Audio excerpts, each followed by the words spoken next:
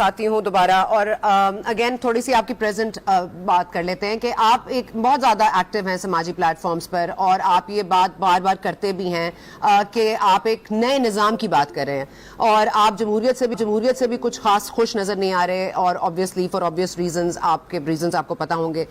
یہ جو نظام جس کی بات آپ کرتے ہیں یہ کیا آپ اس کے خد و خال سے آپ اس کو ہمارے سامنے تھوڑا واضح کر سکتے ہیں کیونکہ کیا ہم ایک صدارتی نظام دیکھیں گے یا کنٹرولڈ ڈیموکریسی کا فارمولا اپنایا جائے گا؟ بیکاز آج تو ہم اٹھتے ہیں مطلب نیند سے تو صبح سے ایک ٹرینڈ چل رہا ہوتا ہے صدارتی نظام کا. تو آپ کیا سمجھتے ہیں کہ آپ کا جو دماغ میں ہے نیا آئیڈیا اس کے ایک نئے نظام کا وہ کیا ہے؟ دیکھیں جی بڑا اچھا کیا آپ نے سوال پوچھ لیا. پہلی بات تو یہ میں جمہوریت کے بالکل خلاف نہیں ہوں. دوسری بات یہ خوش نظر نہیں آتا ہے، میں نے کہا زیادہ خوش نظر نہیں آتا، میں نے خلاف کی بات نہیں کی. جی مطلب یہ کہ جی جو جس طریقے سے چلائی جا رہی ہے میں اس سے خوش نظر آپ خوش ہیں تو بتا دیجئے. بات یہ ہے کہ میں جو باتیں کر رہا ہوں ان کو میں لسٹ کر دیتا ہوں اور وہ میں اسی جو فریم ورک ہے اسی کے اندر وہ ممکن ہے.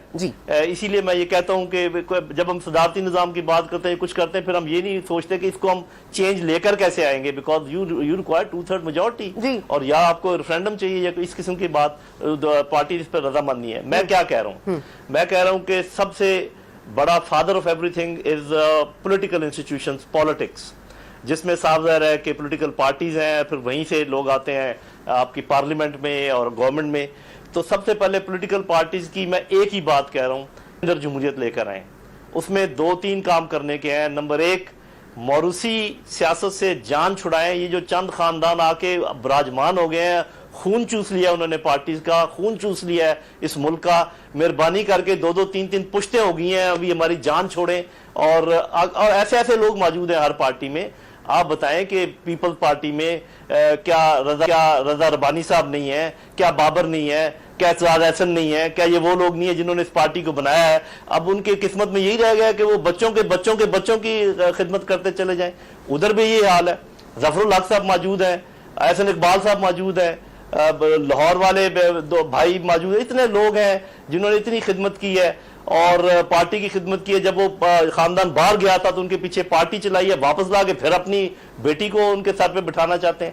تو ان کو بھی معلوم ہے جو میں بات کر رہا ہوں وہ بھی سچائی کو مانتے ہیں. جنرل صاحب ایک منٹ لیٹس اسٹیپ بیک کیونکہ دیکھیں یہ عام عوام کا سوال ہے اور عام عوام کو یہ بہت ضروری ہے کہ دیکھیں آپ کہہ رہے ہیں موروثی سیاست نہیں ہونی چاہیے. تو یعنی کہ آپ ڈس ایگری کرتے ہیں کہ مریم آ جائیں یا حمزہ آ جائیں کیونکہ ان کے والد صاحب بھی سیاست میں تھے. آپ کہتے ہیں بلاول بھٹو زرداری صاحب نہ آئیں, پیپلز پارٹی میں اور لوگوں کو موقع دیا جائے وہ سامنے آئے. آپ یہ کہہ رہے ہیں نا, آپ یہ تو نہیں کہہ رہے پیپلز پارٹی اور پی ایم ایل این کو مطلب سسٹم ہی لپیٹ دیں. میں تو کہہ رہا ہوں کہ آج بھی ان سے اچھی پارٹیز کوئی نہیں ہے. یہ نوٹ کر لیں جو میں بات کہہ رہا ہوں. آج بھی ان سے اچھی پارٹیز کوئی نہیں ہے اور ان کے اندر یہ لوگوں کو احساس ہے جو میری بات سن رہے ہیں. تو یہ تو چلیں میں یہ بات کرتا ہوں. میں یہ چاہتا ہوں کہ جمہوریت ہی ہو اور مقبولیت کے ساتھ ساتھ اہلیت کی بھی کوئی کہیں پر کوئی ویٹیج ہونی چاہیے. اس کو آپ ایک سائڈ پہ رکھ دیجئے. جوڈیشری, یہ جو 98% لیٹرل انٹری ہے یہ بہت خوفناک چیز ہے. وہ لوگ جو کبھی کسی پارٹی کے ساتھ تھے, کبھی ان کے وکیل تھے, وہ آگے اور ابھی ہم یہ اگر سمجھیں کہ جی ان کی پچھلی افیلیشن سب ختم ہو جائے گی تو میرے خیال یہ ممکن نہیں ہے. سب سے ذہین لوگوں کو آنا چاہیے. یہ بھی بہت ذہین ہے, میں مانتا ہوں بڑے بڑے اس کے اندر وہ وکیل ہیں, لیکن ایک پراپر کارڈر جوڈیشری کا نیچے سے لے آئے جیسے ایک لیفٹیننٹ بھرتی ہوتا ہے اور جنرل بنتا ہے اس طریقے سے آئے. ان کی سلیکشن ہو اور صرف سینیارٹی نہ دیکھی جائے, اہلیت بھی دیکھی جائے. یہ نہیں کہ آپ پائپ لائن میں داخل ہو گئے اور آپ گریڈ 17 میں آگے سے 22 گریڈ نکل کر باہر گئے. یہ کوئی طریقہ نہیں ہے.